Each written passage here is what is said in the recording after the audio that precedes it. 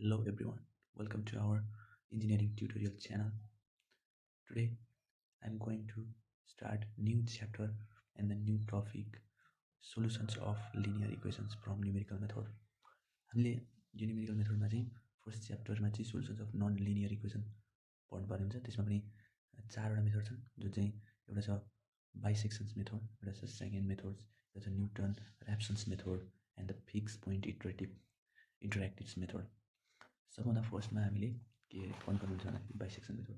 के हो the bisections method भन्दाखेरि the bisections method is one of the simplest and most reliables of iteratives methods for the solutions of non linear equation. Non linear इक्वेसनलाई solve गर्नको लागि चाहिँ सबैभन्दा सजिलो तरिका इटरेटिभ्स मेथड हो। यो मेथडमा चाहिँ यो मेथडबाट सल्भ गर्नको लागि चाहिँ एउटा कुनै पनि नन लिनियर इक्वेसन छ भने त्यसबाट एप्रोक्सिमेट भ्यालु गर्नुपर्छ। जस्तो कि एउटा भनौँ x square plus 2x equals to 0 यस्तो आयो भने यसबाट एप्रोक्सिमेट भ्यालु के गर्नु पऱ्यो, फाइन्ड गर्नु पऱ्यो। यसको त रुट हुन्छ हो। त्यस्तै अब जस्तो एउटा हामी न्युमेरिकल हेरौँ, यसले चाहिँ के गर्छ त भन्दाखेरि it helps to control the एररलाई कन्ट्रोल गर्ने काम गर्छ। जस्तो कि यहाँ एउटा इक्जाम्पल छ, जस्तो एउटा यो नन लिनियर इक्वेसन छ x cube minus x minus 3 equals to 0। यसको फर्स्टमा त हामीले के गर्नुपर्छ, बाइसेक्सन मेथडबाट गर्दैछौँ भनेपछि यसको एप्रोक्सिमेट भ्यालु चाहिँ रफली थाहा पाउनु पऱ्यो। एप्रोक्सिमेट भ्यालु थाहा पाउनको लागि यही इक्वेसनलाई क्यालकुलेटरमा हाल्ने र सल्भ गर्ने। जस्तो कि यसरी x cube minus x minus 0, अब यति थिचेपछि सिफ्ट थिच्ने ख्याल थिच्ने र सल्भ गर्ने। यति गर्दाखेरि कति आयो, एप्रोक्सिमेट भ्यालु चाहिँ आयो 1.671 चाहिँ हामीलाई एप्रोक्सिमेट भ्यालु थाहा भयो। अब यसबाट हामीले के थाहा पाउन सक्छौँ भन्दाखेरि यसको होल नम्बर, यसको होल नम्बर सानोमा कति हुन्छ 1 हुन्छ भने ठुलोमा कति हुन्छ, यो 1 भन्दा 2 भयो होइन। यसरी दुईवटा पोइन्ट पत्ता लगाउनुपर्छ, जुनलाई चाहिँ यसलाई ए मान्न सक्छौँ र यसलाई बी मान्न सक्छौँ। अब म यसलाई सल्भ गरेर देखाउँछु।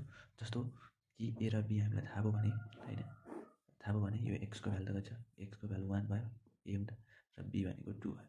अब एफ अफ एक्स भनेको चाहिँ फङ्सन्सलाई चाहिँ यसको भ्यालु लगाइदिने, पुट गर्दाखेरि जस्तो 1 पुट गर्दा कति हुन्छ, 1 पुट गर्दाखेरि -3 आयो होइन, चाहिँ -3 लेख्ने भने फेरि इक्वल्स टु गर्ने र 2 लेख्ने कति आउँछ, 3 आउँछ। यसबाट के थाहा हुन्छ भन्दाखेरि अब जुन चाहिँ पोजिटिभ भ्यालु आउँछ त्यो चाहिँ 2सँग इक्वेट गर्नु पऱ्यो र नेगेटिभ भ्यालु जुन आउँछ त्यो चाहिँ 1सँग इक्वेट गर्नु पऱ्यो। जस्तो एउटा कुनै पनि फङ्सन्स अफ ए र फङ्सन्स अफ बी चाहिँ जहिले पनि लेस देन कति हुन्छ, 0 हुन्छ। मतलब के हो भन्दाखेरि -3 इन्टु 3 भनेको एउटा -9 विच इज लेस देन 0 हो नि त, नेगेटिभ जहिले आउँछ भन्ने कुरा जानियो। अब एउटा स्टेप भनौँ या इट्रेसन भनौँ, इट्रेसन 1मा देखाउँछु म। जस्तो के हुन्छ भने ईको भ्यालु 1 छ, बीको भ्यालु 2 छ भने अब सी भनेको त्यसको एभरेज हो भने चाहिँ ए प्लस बी बाई 2 गर्दाखेरि 1 प्लस 2 बाई 2 गर्दाखेरि 1.5 आयो होइन त। त्यस्तै अब यो सीको भ्यालु चाहिँ एफ अफ सी लगाइदिने क्या, सी फङ्सन्समै लगाइदिने, फङ्सन्समा भनेको यो फङ्सन्समा सीको भ्यालु लगाइदिने। जस्तो यहाँ हेरौँ कति छ 1.5 हाल्दाखेरि कति आयो, यो -1.0125 आयो होइन। भनेपछि यहाँ देखाउँछु 1.5 cube minus x minus 3 equals to -1.125 भयो। अब यति भएपछि यहाँबाट के भयो त भन्दाखेरि यो त नेगेटिभ हो होइन, नेगेटिभ भएपछि कुनसँग इक्वेट गर्ने भन्दाखेरि यहाँ एसँग इक्वेट गर्ने हो कि होइन। अब यहाँबाट इट क्लियर द्याट कि a equals to c equals to कति भयो, a equals to c equals to कति भयो 1.5 र बी इक्वल्स टु चाहिँ 2 नै भयो। अब यसलाई इट्रेसन 2 गर्दा पनि हुन्छ, इट्रेसन 2 गर्दा पनि हुन्छ, नभए सिमिलर फर्मबाट अब एउटा टेबल बनाउनुपर्छ, किनभने यो इट्रेसन धेरैवटा हुन्छ। धेरैवटाबाट भएपछि सिमिलर दुईवटा भ्यालु सेम नआएसम्म त गरिरहनुपर्छ, दुईवटा भ्यालु सेम होइन, 2 भ्यालु सेम नआएसम्म त फेरि गरेको गर्नुपर्छ। त्यस कारण एउटा टेबल बनाइन्छ जसबाट चाहिँ सजिलैसँग यो भ्यालुहरू पत्ता लगाउन सकिन्छ। टेबल छ, यसमा फर्स्टमा इट्रेसन, यसमा ए बी सीको ठाउँमा ए प्लस बी बाई 2। अब यो सीकै भ्यालु फङ्सन्स अफ सीमा हाल्ने हुन्छ, फङ्सन्स अफ सी र अपडेट भनेको के हो भन्दाखेरि दिस इज अपडेट, यो अपडेट भन्दा इट्स क्लियर द्याट यो भन्ने कुरा अपडेट। अब हामीले जस्तो सुरुदेखि नै गर्दाखेरि 1मा भ्यालु त 1 थियो र 2 थियो, त्यसको 1.5 आयो अनि यसको -1.125 आएको थियो, जुन चाहिँ ए इक्वल्स टु सी थियो। त्यो चाहिँ 2 छ, अब 2 छ 2मा चाहिँ कसरी भन्दाखेरि 1.5 2 छ and a plus b by 2 गर्दाखेरि 1.75 आयो। एफ अफ सीको भ्यालु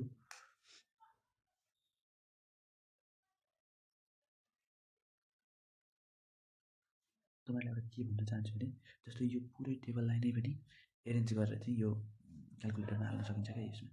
जस्तो कसरी भने जस्तो यो ए छ भने चाहिँ ए इज टु यो के छ बी इज टु सी।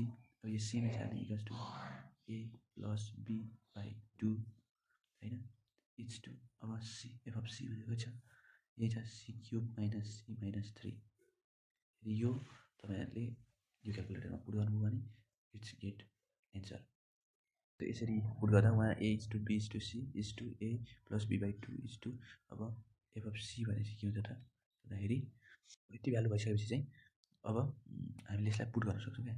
जस्तो यहाँ हेर्न सकिन्छ a is to b is to c छ। अब यसलाई के गर्ने भन्दाखेरि क्याल थिच्ने यो पोइन्ट क्याल थिच्ने चाहिँ ए को भ्यालु माग्छ।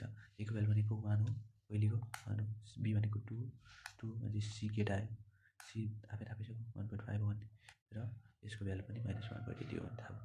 अब सेकेन्डमा हेर्नु सेकेन्डमा 1.5 छ भनेपछि 1.5 हाल्ने 1 को ठाउँमा बीको 2 नै हो भनेपछि कति आयो सीको भ्यालु कति आयो भने 1.75 आयो र यसको भ्यालु आयो कति 0.6093 आयो। अब यसको भ्यालु पोजिटिभ आयो भनेपछि के हो त यहाँ हेर्ने पोजिटिभ भनेर बीसँग पोजिटिभ छ भनेपछि बी इक्वल्स टु सी भयो। मतलब के हो त थर्डमा 1.5 बी भनेको कति भयो अब कति भयो 1.75 यहाँ आयो। अब यहाँ पनि पुट गर्दाखेरि ए को भ्यालु 1.5 छ बीको भ्यालु 1.75 छ भने निकालिदिने सीको भ्यालु 1.625 अनि फेरि माइनसमा आयो -0.333 भनेपछि के भयो त ए इक्वल्स टु सी भयो। यसरी नै सिमिलरली गर्दै जाने जहाँ कहाँसम्म भन्दाखेरि जुनमा चाहिँ यो दुईवटा भ्यालु यो सीको भ्यालु दुईवटा चाहिँ सेम आउँदैन। जस्तो यहाँ देखाउँछु यहाँ हेर्न सकिन्छ जस्तो हामीले अघि गरेको थियौँ नि त्यस्तै हो। अब यहाँदेखि हेर्दै जाँदाखेरि कति उताल हेर्दा 8 9 ताल गर्दा पनि आएको छैन भने 1 ताल 11 तालमा 1.671 आयो भनेपछि एप्रोक्सिमेटली त अघि भ्यालु थाहा थियो नि हामीलाई भनेपछि लगभग एन्सर निक्लिन आँट्यो भन्ने कुरा थाहा भइहाल्यो। भनेपछि अर्को ताल गर्दा पनि सेम भ्यालु आयो भने लेखिदिने के सो इटरेसन 11 र 12 चाहिँ have same value of c hence root of given function f of x यति इज 1.67। Thank you.